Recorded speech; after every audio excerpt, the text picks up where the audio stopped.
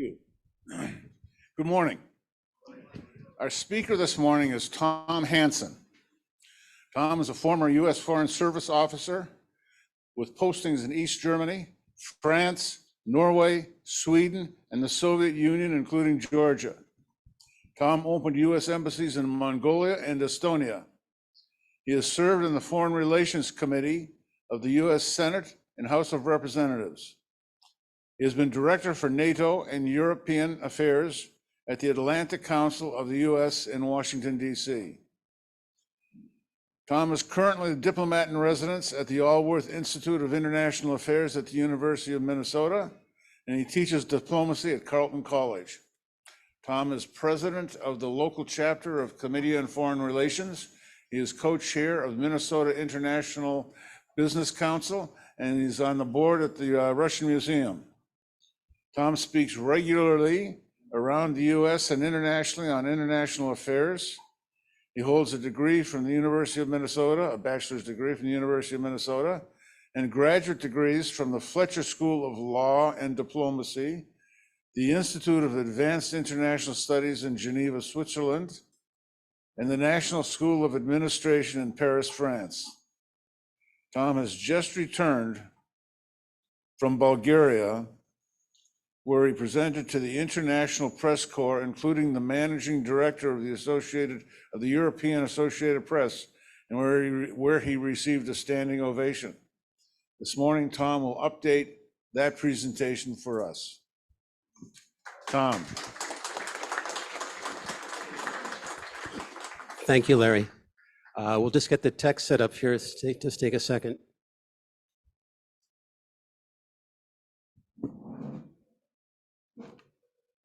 So I'll share a screen again, right?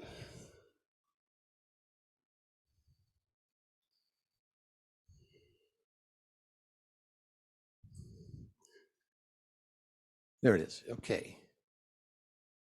Let's make sure I can advance it too.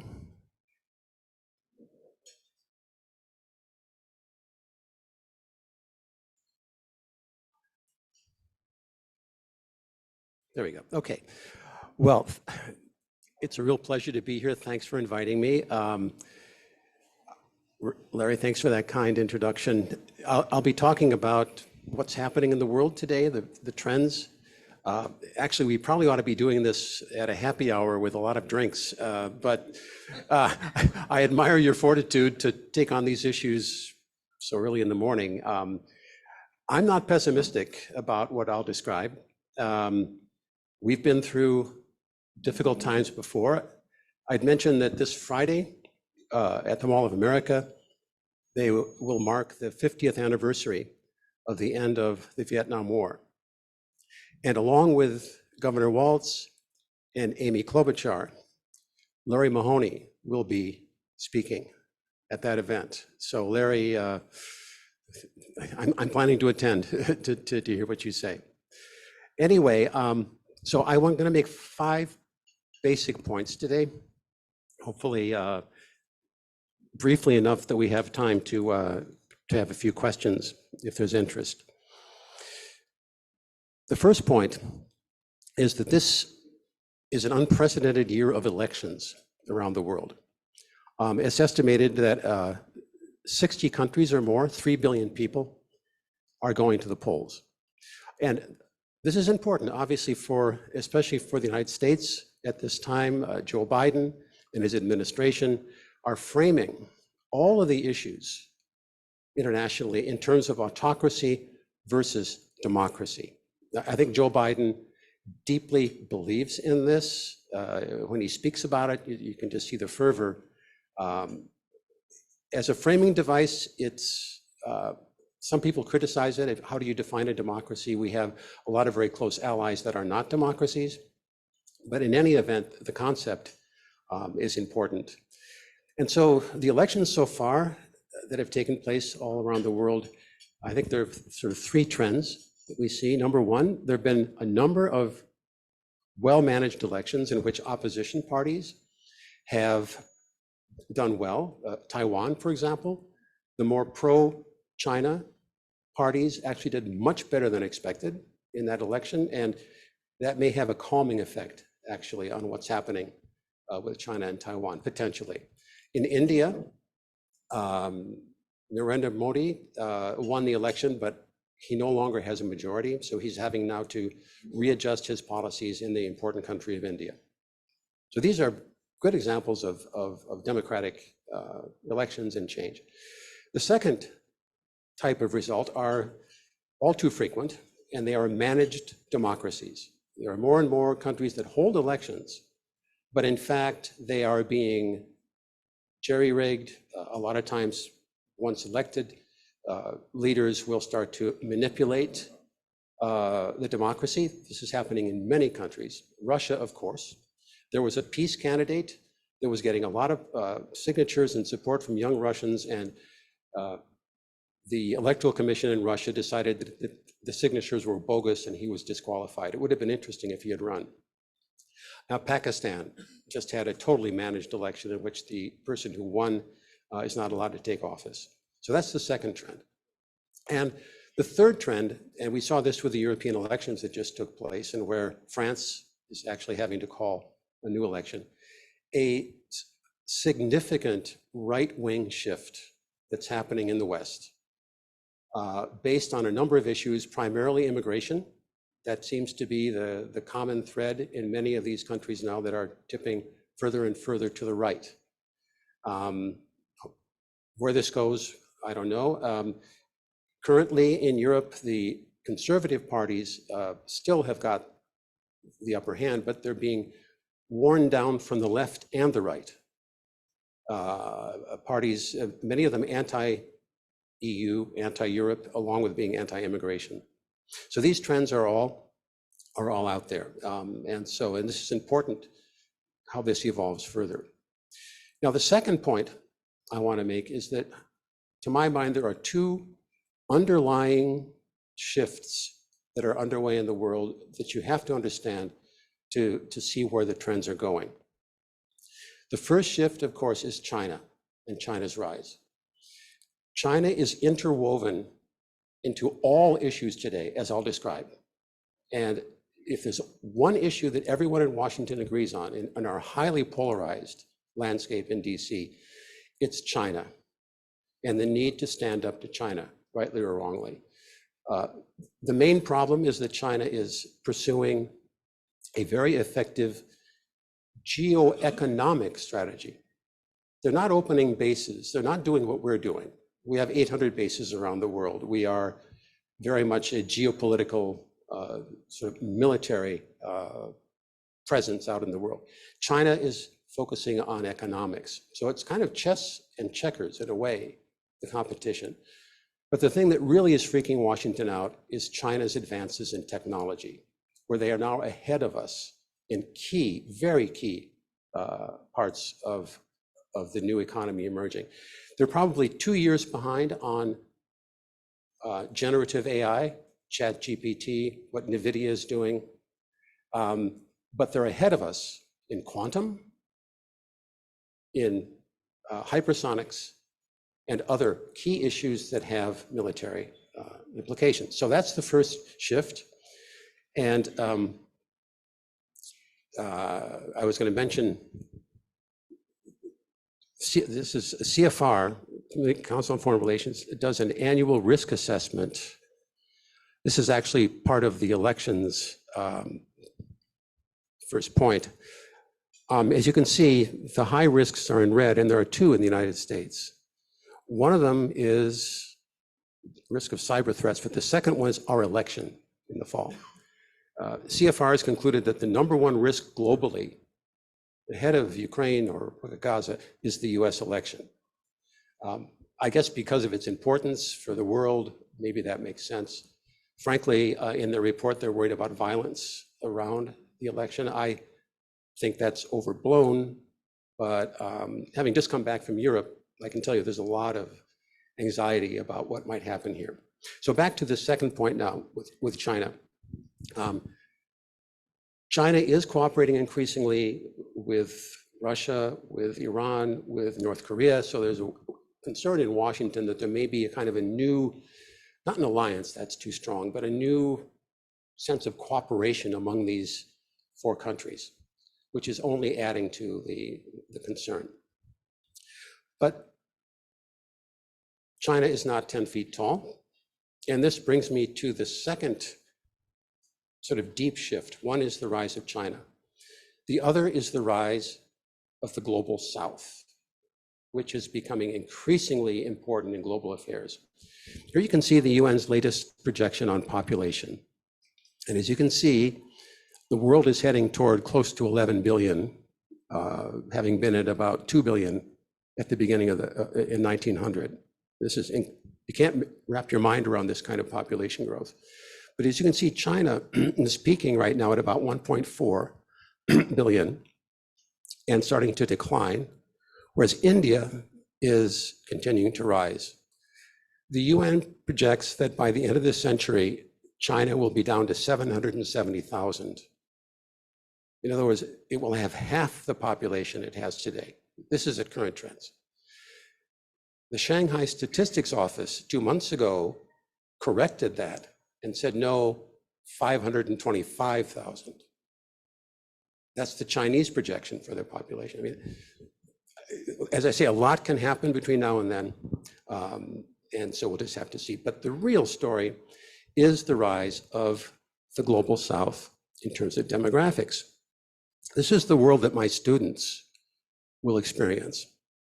And it's a world where Africa rises to about 40% of the human population at current trends. The West declines to about 8% of the global family, and that's basically the G7. China and Russia are making hay out of this. Their approach to this developing world that's emerging in importance is that you guys are the global majority. You're not the global South, you're the global majority. And why, and we are with you. We are also part of this global majority. And why should we listen to this 8%?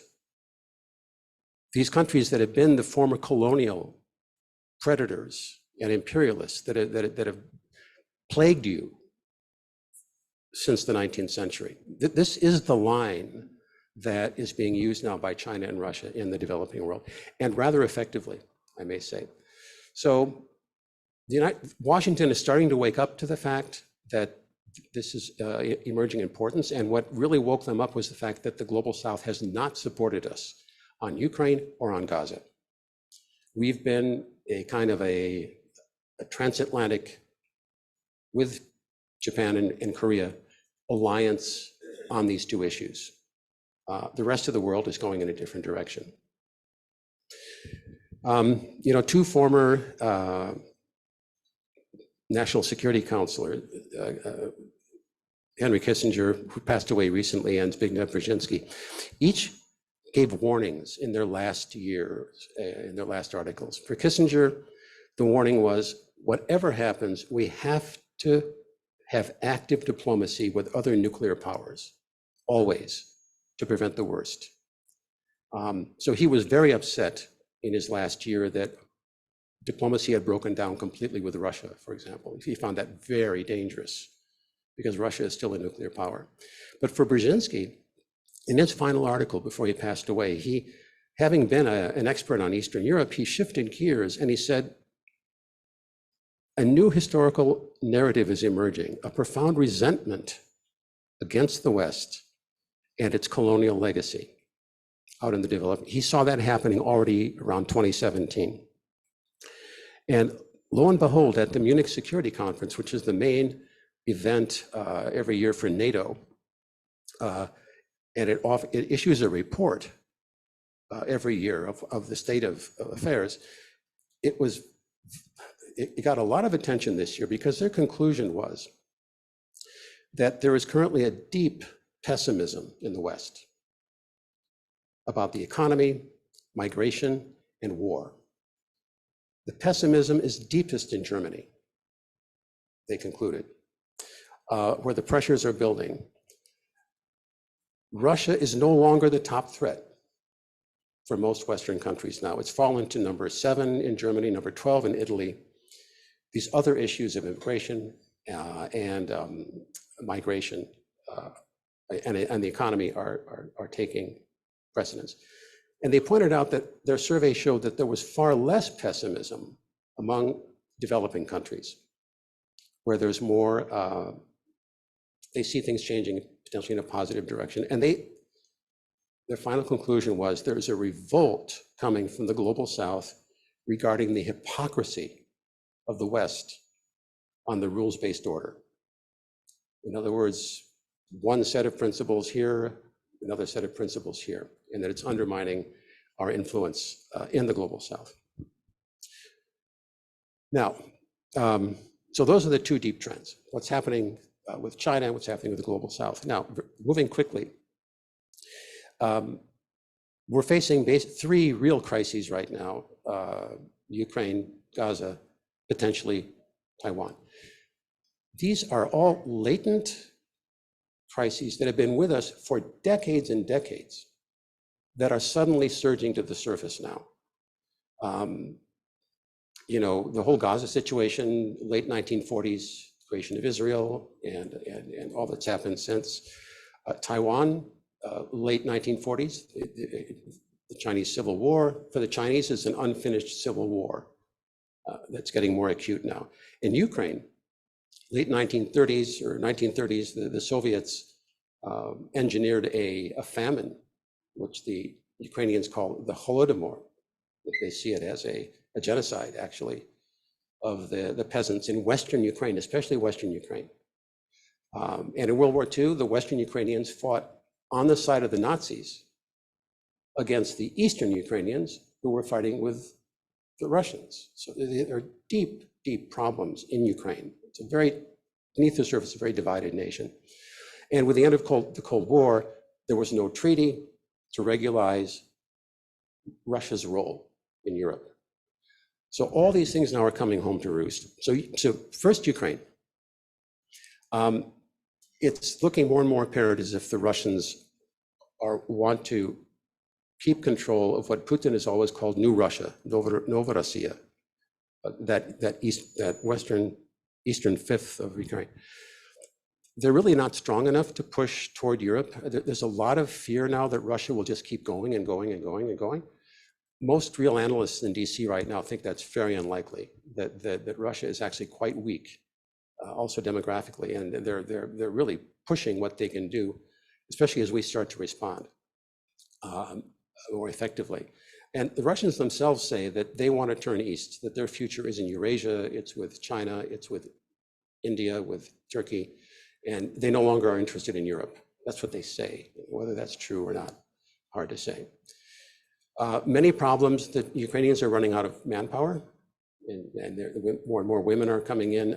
I was actively doing podcasts with a couple of young Ukrainians in support of Ukraine. They're both in Alicante, Spain now. They fled the draft. And a lot of young Ukrainians, there are about 1 million young male Ukrainians in Western Europe that have left. So manpower, ammunition, they need more ammunition. We're not geared up for this, and also air power. So how do we offset this? NATO is going crazy trying to figure out what to do. Macron in France has talked about sending NATO troops in. Now, are we going to get into a land war with Russia, really? And Washington is not on for this. They think this could escalate very quickly. What we're doing is we're providing Ukraine with more and more long-range weaponry, like ATACMS missiles. Now, there's a problem here. These things can hit deep into Russia potentially. So we're saying to the Ukrainians, okay, here, use these things, but don't go too far into Russia, use them in the immediate, battle vicinity, but it's up to you, however you want to use them. Well, already last month, the Ukrainians attacked, with our weapons, a Russian nuclear early warning radar station. Nuclear. It had nothing to do with Ukraine. It's part of their nuclear status toward us. This was highly inflammatory. This was extremely dangerous. Russia has responded by saying, well, they're doing tactical nuclear exercises The Hiroshima bomb was 20 kilotons. Russian tactical nuclear weapons are 75 kilotons. So the tactical is more than tactical. And as we speak, there's a nuclear flotilla heading to the Caribbean, nuclear submarine and nuclear frigate. It's going to be stationed there, and Russia's talking about giving weapons to our adversaries, Venezuela, potentially Cuba. So this kind of escalation is extremely dangerous. And so I'm concerned that that Ukraine may use these weapons in ways that really drag us into some issues. This is the Russian tactical nuclear weapon, which are in Belarus right now. No, Russia is not, I mean, they've got problems. Bill Burns, the head of our CIA, has said there are signs that there's unrest under the surface in Russia, and they see this because, according to Burns, it's never been easier to recruit Russian spies than it is today. He said, we can post on YouTube and they respond. So this, for him, this is an indication of what's going on. Now, still on Ukraine, NATO has gotten a lot stronger because of Ukraine. It's sort of solidified. Finland and Sweden have joined. As Jake Sullivan, our own Jake Sullivan from Southwest High School, who is National Security Advisor, has said, if Ronald Reagan's formula was peace through strength, then Joe Biden's formula is peace through American and allied strength. Of course, this is what could change in November. He's also said, though, that President Biden has talked often about and feels very strongly about connecting our allies in the Atlantic with our allies in the Pacific. And this is what we're doing. We're trying to coordinate now on the two sides of Eurasia against these four countries that I showed before. And so far, at least South Korea and Japan are on board for this. So this is block building that's going on. Now, but as I mentioned, the Global South has demurred. Here you can see the countries that have joined sanctions against Russia, and it's basically the West. Now, further offshoot of Ukraine, Janet Yellen has said, because of our sanctions, many countries are trying to leave the dollar. They're trying to get out from under the dollar and find other arrangements. The dollar has declined by 8% as a global reserve currency, and it's continuing. And she said, this is natural, it's temporary, she says, and so we shouldn't be worried. But she says, yes, of course, countries are trying to get out from under the dollar. Well, in the BRICS, Brazil, Russia, India, China, and South Africa, they are moving toward a gold-backed currency, which will be for, it won't be something that you'll get at the,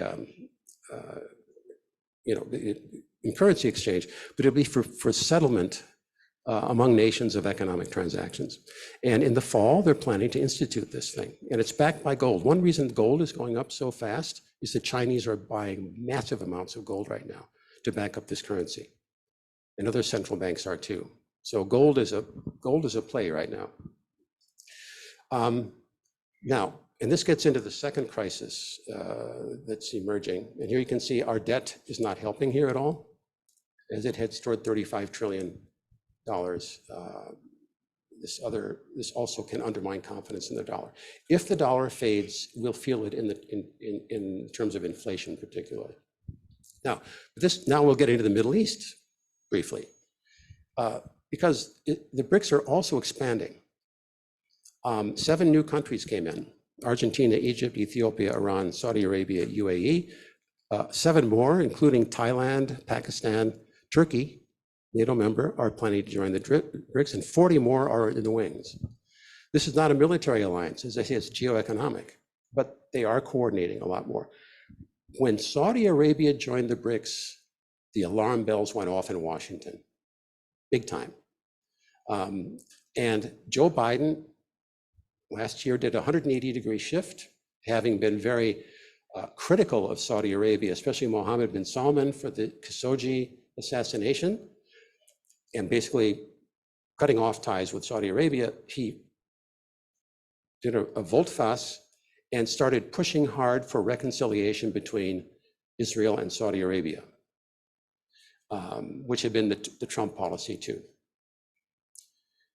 He also talked about a new corridor.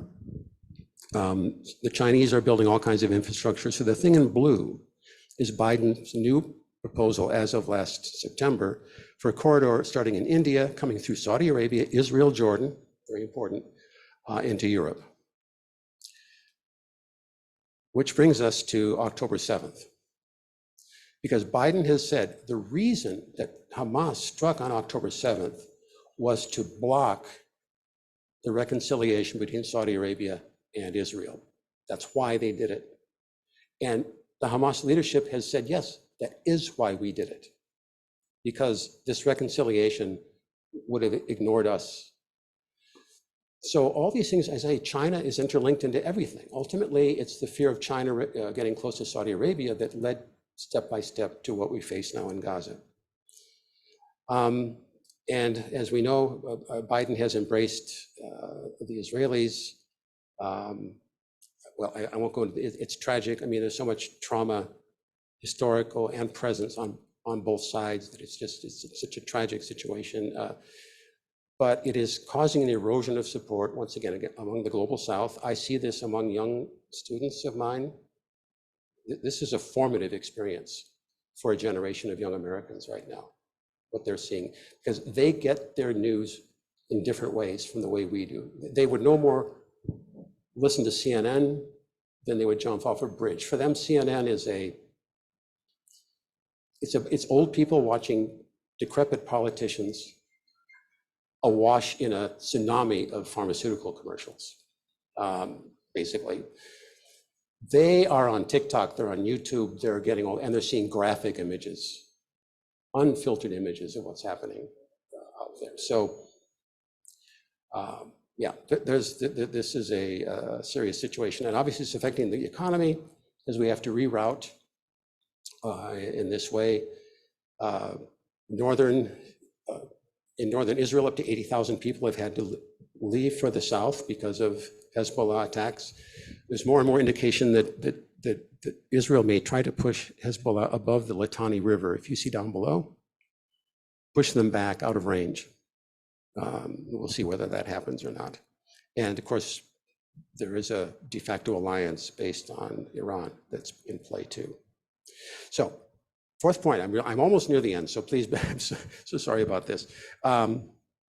China.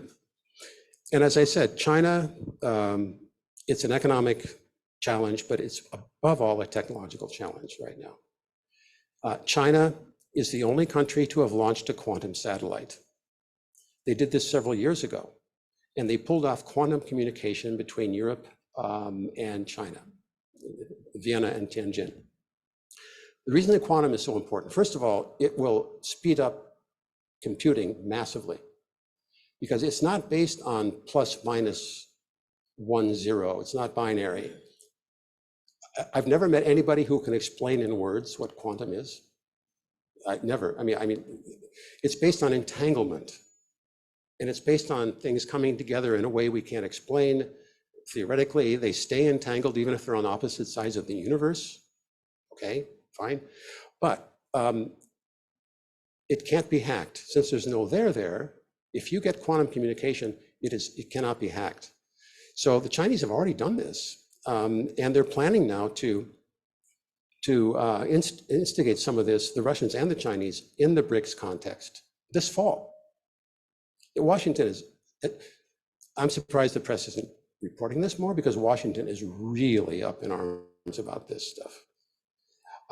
So there's Jake from Minnesota, gave a very important speech, April 2023, about this, basically saying the private sector is over, finished, in the sense that we can't expect the private sector to understand the security implications of what it's doing. China has long-term strategy. They have a national industrial policy.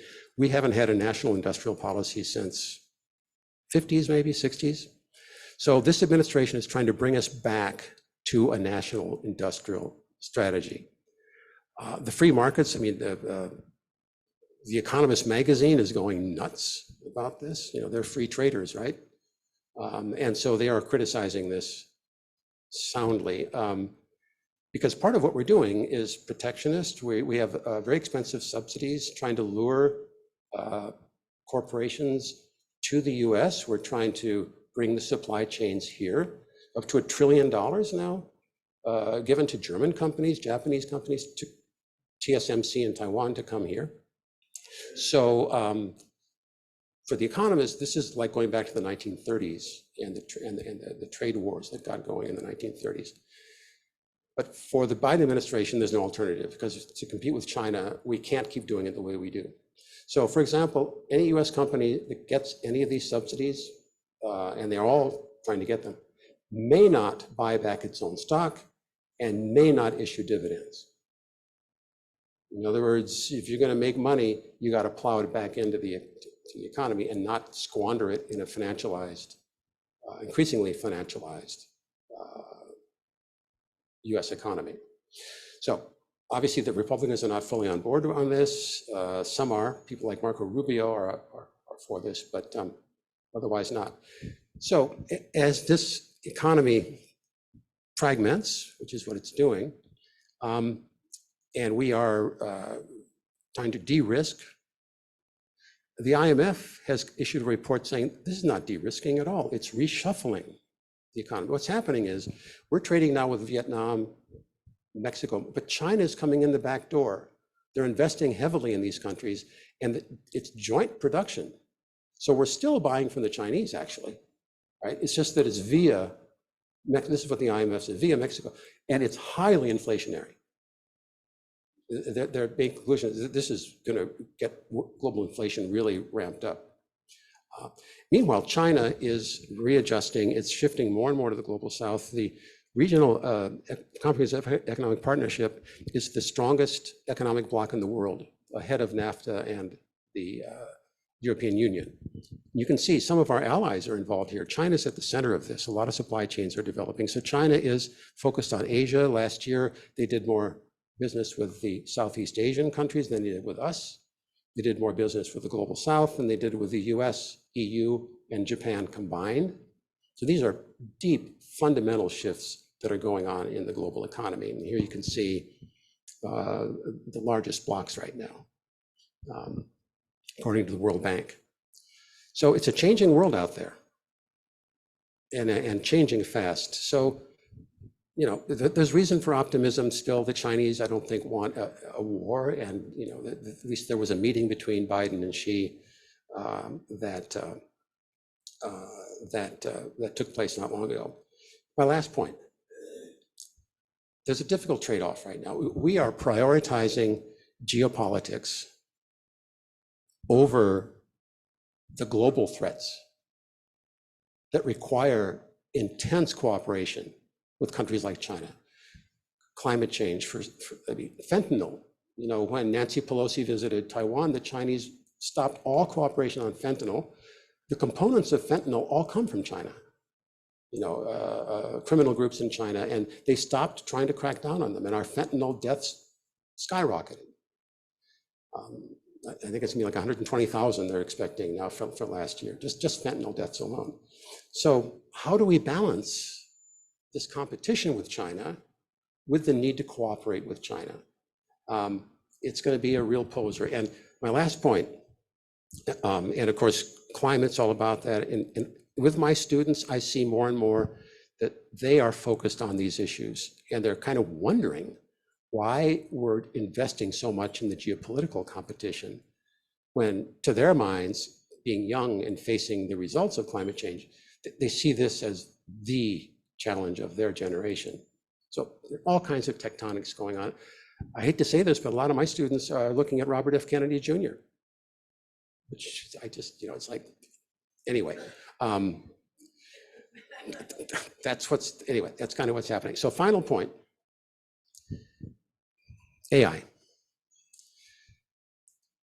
If Eric Schmidt of Google is correct, and he's involved in all this stuff now with the US government and with other governments, within 5 years, we're going to be facing the following situation.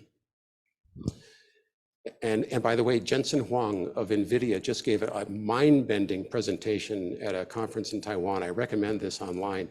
just what NVIDIA has coming over the next couple of years. It's just unbelievable. So according to Eric Schmidt, we're at the point now where the prompts for ChatGPT will become infinite. We'll be able to have 1,000-word prompts and beyond, and then build upon that. This will be great in terms of solving all kinds of issues of cancer, it's got a really positive side. But the power of these autonomous AI self-generating will increase. Second things, he says, that we're going to have agents. And these will be these powerful AI systems, individual that know a lot, right? And we will begin in the next couple of years to have them cooperate with each other. In other words, you can maximize what these agents are doing, AI systems, by having them interact with each other to find solutions. And as he points out, all of this AI is capable of what's called recursive self-improvement. They learn on their own, right? So for example, an earlier version of this learned to beat, I think it was DeepMind. DeepMind defeated the world champion in the game of Go, Japanese Go. And then a new version defeated that AI by learning on its own. There's no human input whatsoever. So his point is that given this self-improvement, these agents will find efficient ways to communicate with each other. They will perfect their communication amongst themselves to the point where we will not know what they are doing. And he predicts that within 5 years. We have to talk with the Chinese. This has got to be an urgent international open discussion of the implications of the technologies. Right now, we're trying to fight each other on tech. We're trying to cut off the Chinese, slow them down. We don't allow them to get NVIDIA chips, right? Because there are military implications.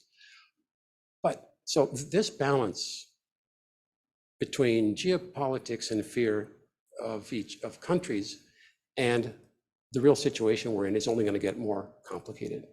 So I'll stop there. I'm optimistic about this because I just think that a lot of things are becoming more clear, and I think the countries are going to see the need to cooperate more. And there's already signs of that. So I'll stop there. I went way too long. I apologize for that. And I don't know if there's time for a question or two. You folks probably have to get on with your lives. So